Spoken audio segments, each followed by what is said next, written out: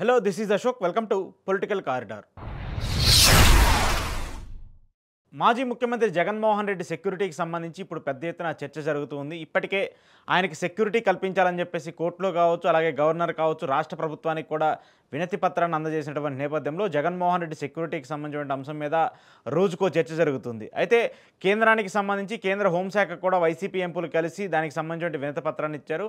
మాజీ ముఖ్యమంత్రికి Z+ security ఇవ్వాలని చెప్పేసి కూడా కోరుతూ వచ్చారు. ఎందుకంటే గతంలో కూడా జగన్మోహన్ రెడ్డికి సంబంధించి 2-3 సార్లు అటాక్లు జరుగుతూ వచ్చాయి కాబట్టి ఆయనకి థ్రెటన్ ఉన్నటువంటి లీడర్ కాబట్టి ఖచ్చితంగా Z+ సెక్యూరిటీ ఇవ్వాలని చెప్పేసి వైసీపీ నేతలు కోరుతున్నప్పటికీ కూడా ప్రభుత్వం మాత్రం ప్రతిపక్ష హోదా లేనటువంటి ఒక వ్యక్తికి Z+ సెక్యూరిటీ ఎలా కల్పిస్తామని చెప్పేసి ఒకవైపు చెప్తుంటూనే కోర్టుల్లో మాత్రం మేము Z+ సెక్యూరిటీ ఇస్తున్నామంటూ కూడా డీజీపీ గారు చెప్తూ ఉన్నారు. సో ఎవరికి నచ్చినట్టు వాళ్ళు కోర్టుల ముందు ఒకలాగా, బయటకు వచ్చి ఒకలాగా, ప్రభుత్వం ముందు ఒకలాగా, మీడియా ముందు ఒకలాగా ఇష్టం వచ్చినట్టు మాట్లాడుతున్నారు. కానీ అక్కడ కోర్టుల ముందు చెప్పేసేటువంటి డెలిబరేషన్స్ మాత్రం, లేదంటే కోర్టులు ఇచ్చేటువంటి సమాధానాలు మాత్రము ఇక్కడ భిన్నంగా కనిపిస్తున్నాయి. ఇటీవల జగన్మోహన్ రెడ్డికి సంబంధించి ఆయన పర్యటన నేపథ్యంలో చాలాసార్లు సెక్యూరిటీ ఇష్యూస్ వస్తూ ఉన్నాయి. అనంతపురం వెళ్ళినప్పుడు కావచ్చు, మన సత్తెనపల్లి వెళ్ళినప్పుడు కావచ్చు, ఆ తర్వాత తెనాలి వెళ్ళినప్పుడు కావచ్చు, ఇలా చాలాసార్లు కూడా జగన్మోహన్ రెడ్డికి సంబంధించిన సెక్యూరిటీలో పెద్ద ఎత్తున లోపాలు కనిపిస్తున్నటువంటి నేపథ్యంలో దాని ద్వారా వైసీపీ శ్రేణులు కావచ్చు, వైసీపీ కార్యకర్తలు కావచ్చు, కొంతమంది ఇబ్బందులు పడుతూ వస్తున్నారు. ఇటీవల సత్తెనపల్లికి సంబంధించి పర్యటన జరిగినటువంటి నేపథ్యంలో సింగయ్య అనేటువంటి ఒక వృద్ధుడు జగన్మోహన్ రెడ్డి కాన్వాయ్ వెనకాల పరిగెత్తుతూ అక్కడ అది ఢీకొని కింద పడి మృతి చెందినటువంటి విషయాన్ని కూడా మనందరూ చూస్తూ వచ్చాం. అయితే దానికి కారణం సెక్యూరిటీ వైఫల్యం అంటూ కూడా వైసీపీ నేతలందరూ ఆరోపిస్తున్నప్పటికీ కూడా ప్రభుత్వం మాత్రము నిన్న అధికారికంగా ఒక ప్రకటన రిలీజ్ చేసి జగన్మోహన్ రెడ్డి పర్యటనలకు సంబంధించి జగన్మోహన్ రెడ్డి ఆయన పర్యటనకు వెళ్తున్నప్పుడు పోలీసులు బందోబస్తు కావచ్చు, రోప్ పార్టీలు కావచ్చు, ఎంత మేర కల్పిస్తున్నామంటూ కూడా ప్రభుత్వానికి సంబంధించి ఒక డేటానైతే నిన్న విడుదల చేస్తూ వచ్చారు. అయితే దీంట్లో చూసుకుంటే ప్రధానంగా జగన్మోహన్ రెడ్డి నెల్లూరు పర్యటనకు వెళ్తున్నప్పుడు కావాల్సిన భద్రతా ఏర్పాట్లు పూర్తి చేశామని చెప్పేసి ప్రభుత్వం తెలుస్తుంది. అయితే దీనికి సంబంధించి జగన్మోహన్ రెడ్డి గారు బయటకు వెళ్తున్నప్పుడు కావచ్చు, ఆయన పర్యటనకు వెళ్తున్నప్పుడు పూర్తి స్థాయిలో హోంగార్డుల దగ్గర నుంచి, ఎస్ఐల దగ్గర నుంచి, ఎస్పీల వరకు కూడా పూర్తి స్థాయిలో ఆయనకు భద్రత ఇస్తున్నామంటూ కూడా రాష్ట్ర ప్రభుత్వం చెప్తూ ఉన్నటువంటి నేపథ్యంలో కొన్ని అంటే ఇటీవల జగన్మోహన్ రెడ్డి గారు వెళ్ళినటువంటి నేపథ్యంలో ఆ పర్యటనలకు సంబంధించి కూడా ఎంతమంది ఎస్కాట్ను కావచ్చు, ఎంతమంది పోలీసులు కావచ్చు ఆయనకి సెక్యూరిటీగా ఇచ్చామంటూ కూడా నిన్న ఒక నివేదికనైతే డైరెక్ట్గా అంటే ప్రభుత్వం ఒక నివేదికనైతే బయట పెడుతూ వచ్చింది. దీనికి సంబంధించి ప్రభుత్వం ఇచ్చినటువంటి ఒక్కసారి ఆ రిపోర్ట్ చూసుకుంటే జగన్మోహన్ రెడ్డి రాప్తాడు పర్యటనకు వెళ్ళినప్పుడు 506 మంది పోలీసు సిబ్బందిని, 5 స్పెషల్ పార్టీ బృందాలని, అలాగే ఏపీఎస్పీ బెటాలియన్ నుంచి 2 బృందాలని కూడా సెక్యూరిటీగా ఇచ్చామని చెప్తూ ఉంది. దాంతోపాటు మొన్న వెళ్ళినటువంటి సత్తెనపల్లి పర్యటనకు సంబంధించి 679 మంది పోలీస్ సిబ్బందిని, 15 రోప్ పార్టీలను వినియోగించామని ప్రభుత్వం చెప్తుంది. అయితే ఆ తర్వాత అంతకుముందు జగన్మోహన్ రెడ్డి గారు గుంటూరు మిర్చియాడ్ పర్యటనకి వెళ్ళినటువంటి నేపథ్యంలో దానికి సంబంధించి కూడా 123 మంది పోలీసులను, 2 రోప్ పార్టీలను కూడా సెక్యూరిటీ కింద కల్పించామని చెప్తూ ఉంది. ఆ తర్వాత తెనాలికి సంబంధించి దళితులను ఏదైతే రోడ్డు మీద కొట్టారని చెప్పేసి పోలీసుల మీద ఆరోపణలు చేస్తున్నటువంటి నేపథ్యంలో ఆ కుటుంబాన్ని పరామర్శించడానికి జగన్మోహన్ రెడ్డి వెళ్ళినప్పుడు అక్కడ కూడా సెక్యూరిటీ కల్పించామని చెప్పేసి ప్రభుత్వం చెప్తుంది.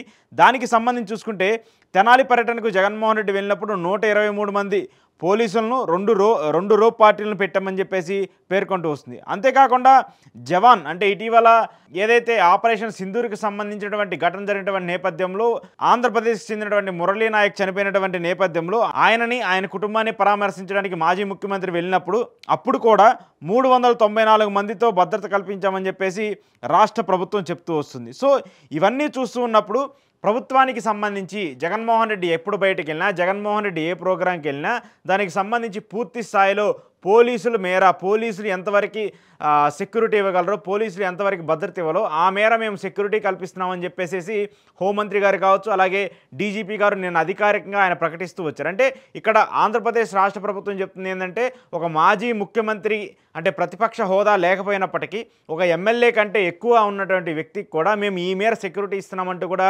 డైరెక్ట్గా ప్రభుత్వం నిన్న విడుదల చేసినటువంటి ఈ డేటాకి సంబంధించి చూసుకోవచ్చు. అయితే దీంతోపాటు జగన్మోహన్ రెడ్డి గారికి సంబంధించినటువంటి కేసు ఇప్పటికే హైకోర్టులో ఉంది. దీనికి సంబంధించి ఆయనకి సెక్యూరిటీ ఇవ్వాలని చెప్పేసి హైకోర్టులో పిటిషన్ వేస్తూ వచ్చారు.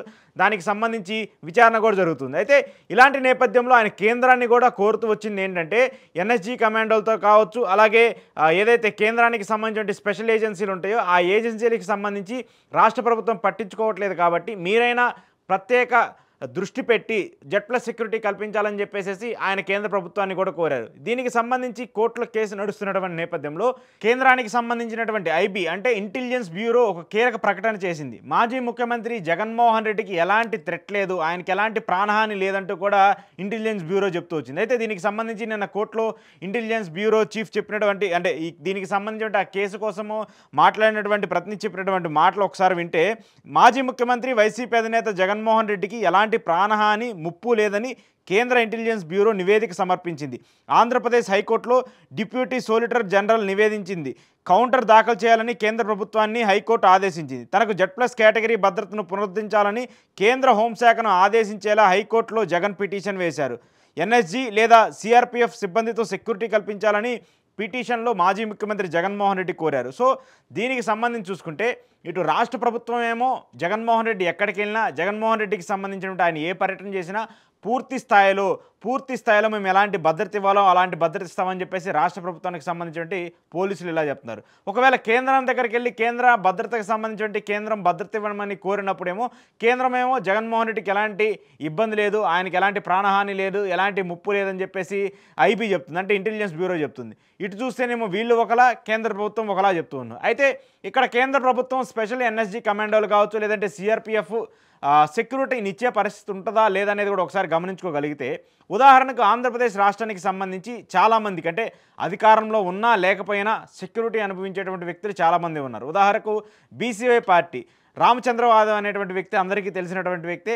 ఆ వ్యక్తి కూడా చాలాసార్లు రాజకీయాలకు సంబంధించిన అంశాల మీద ఎక్కువగా మాట్లాడుతూ ఉంటారు. ఆయన కూడా ఒక రాజకీయ పార్టీని పెట్టుకుంటూ ఉన్నారు. ఆయనకు కూడా Y+ కేటగిరీ భద్రతని ఇప్పటికీ కంటిన్యూ చేస్తూ వస్తుంది. ఆయన ఎప్పుడు ఎమ్మెల్యే కాదు, కనీసం ఒక్కసారి కూడా ప్రజాప్రతినిధి కూడా ఎన్నుకోబడినటువంటి ఎమ్మెల్యే, కనీసం ఆయన ఒక ఎంపీటీసీయో జెడ్పీటీసీయో కూడా కాదు. అలాంటి వ్యక్తికి ఇప్పుడు Y+ కేటగిరీ భద్రతను కేంద్ర ప్రభుత్వం ఇస్తుంది. దాంతోపాటు గతంలో ఎమ్మెల్యేగా లేనటువంటి వ్యక్తికి కావచ్చు, లేదంటే ఎమ్మెల్యేగా గెలవనటువంటి వ్యక్తికి కావచ్చు, చాలామందికి కూడా భద్రత ఇచ్చుకుంటూ వచ్చింది కేంద్ర ప్రభుత్వం. అంటే నారా లోకేష్ గారు గతంలో కూడా ఆయన ఎలాంటి హోదా ఆయన లేదు, ప్రభుత్వానికి సంబంధించిన ఎలాంటి పరిధిలో కావచ్చు ఎమ్మెల్యేగా ఉన్నటువంటి వ్యక్తి కూడా కాదు, కానీ ఆయనకు కూడా Y+ కేటగిరీ భద్రతను గతంలో కేంద్ర ప్రభుత్వం ఇస్తూ వచ్చింది. అంతేకాకుండా పవన్ కళ్యాణ్ గారు, ప్రస్తుతం ఉప ముఖ్యమంత్రిగా ఉన్నటువంటి పవన్ కళ్యాణ్ గారికి సంబంధించుకోవచ్చు, గతంలో ఆయన బీజేపీతో పొత్తులో ఉన్నటువంటి నేపథ్యంలో ఆయనకు కూడా కేంద్ర ప్రభుత్వం స్పెషల్ సెక్యూరిటీ ఇస్తూ వచ్చింది. అంతేకాకుండా ఆయన స్పెషల్ టీంను కూడా పెట్టుకుంటూ వచ్చారు. సో ఎలాంటి పదవుల్లో లేనటువంటి వ్యక్తులకు కూడా కేంద్ర ప్రభుత్వం జెడ్ కేటగిరీలు ఇస్తున్నటువంటి నేపథ్యంలో ఒక మాజీ ముఖ్యమంత్రిగా పనిచేసి 40% ఓట్ బ్యాంక్ ఉన్నటువంటి ఒక రాష్ట్ర పార్టీకి సంబంధించిన ఒక నేతకి సంబంధించి జెడ్+ సెక్యూరిటీ ఎందుకు ఇవ్వరు అనేది అటువంటి అంశాన్ని ఇప్పుడు వైసీపీ పెద్దగా ప్రశ్నిస్తూ ఉంది.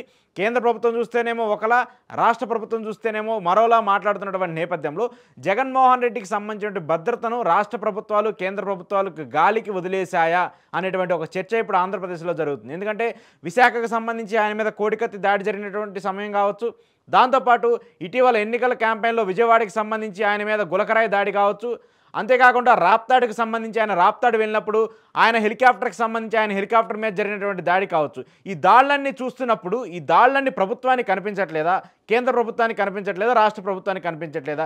మరి ఇవి దాడులుగా కేంద్ర రాష్ట్ర ప్రభుత్వాలు పరిగణించట్లేదా కూడా మనకు తెలియని పరిస్థితి ఉంది. ఎందుకంటే ఐబీనే స్వయంగా వచ్చి జగన్మోహన్ రెడ్డికి ఎలాంటి భద్రత అవసరం లేదు, ఆయనకి ఎలాంటి ప్రాణహాని లేదని చెప్పినప్పుడు మరి వీటన్నిటిని దాడులుగానే మనం చూడకూడదనేటువంటి ఒక ఇంటెన్షన్స్లోకి మనం వెళ్ళిపోవాల్సిన పరిస్థితి ఉంటుంది. సో ఈ పరిణామాలన్నీ చూసుకుంటున్నప్పుడు మాజీ ముఖ్యమంత్రి జగన్మోహన్ రెడ్డికి ఆయన ఆర్మీనో, లేదంటే ఆయన ఓటర్లో, ఆయన కార్యకర్తలో, ఆయన చుట్టూరు ఉండే నేతలో సెక్యూరిటీ కల్పించాల్సిందే తప్పే ఇక్కడ ప్రభుత్వానికి సంబంధించిన రాష్ట్ర ప్రభుత్వం, కేంద్ర ప్రభుత్వమో సెక్యూరిటీ కల్పించే ఆలోచనలో కావచ్చు, సెక్యూరిటీ కల్పించే అంశంలో కావచ్చు వాళ్ళు ముందడుగు వేసే పరిస్థితి అయితే కనిపించట్లేదు. ఇక కోర్టులకు వెళ్ళినా, కోర్టులకు సంబంధించిన పరిధులు ఉన్న ఎంపీలు కావచ్చు, ఎమ్మెల్యేలు కావచ్చు, ఎన్నిసార్లు గవర్నర్ని, కేంద్ర హోంశాఖని కలిసినా కూడా జగన్మోహన్ రెడ్డికి సెక్యూరిటీ వచ్చే పరిస్థితి అయితే కనిపించట్లేదు. ఇక ఆయన ఎక్కడికి వెళ్ళినా కూడా ఆయన ఒంటరిగా ఆయన సెల్ఫ్ ప్రొటెక్షన్ చేసుకోవాలి. దాంతోపాటు ఆయన చుట్టూరు ఉండేటువంటి వ్యక్తులు కూడా ఆయన సెల్ఫ్ ప్రొటెక్ట్ చేయాల్సినటువంటి పరిస్థితికి రాష్ట్ర ప్రభుత్వం తీసుకొచ్చింది అనేది కూడా మనకి ఈ సిచ్యువేషన్ చూస్తే అర్థమవుతుంది. సో ఏదేమైనప్పటికీ సెక్యూరిటీకి సంబంధించి గత కొంతకాలంగా జరుగుతున్నటువంటి ఈ చర్చకు కావచ్చు, దీనికి సంబంధించిన అంశాలకు కావచ్చు, ఎట్టకేలకు కేంద్ర రాష్ట్ర ప్రభుత్వాలు నోరు విప్పి జగన్మోహన్ రెడ్డికి మేము సెక్యూరిటీ ఇవ్వలేము అనేటువంటి పరిస్థితికి కూడా వాళ్ళు క్లియర్ కట్గా చెప్పినటువంటి అంశాన్ని కూడా మనం చూస్తూ ఉన్నాం.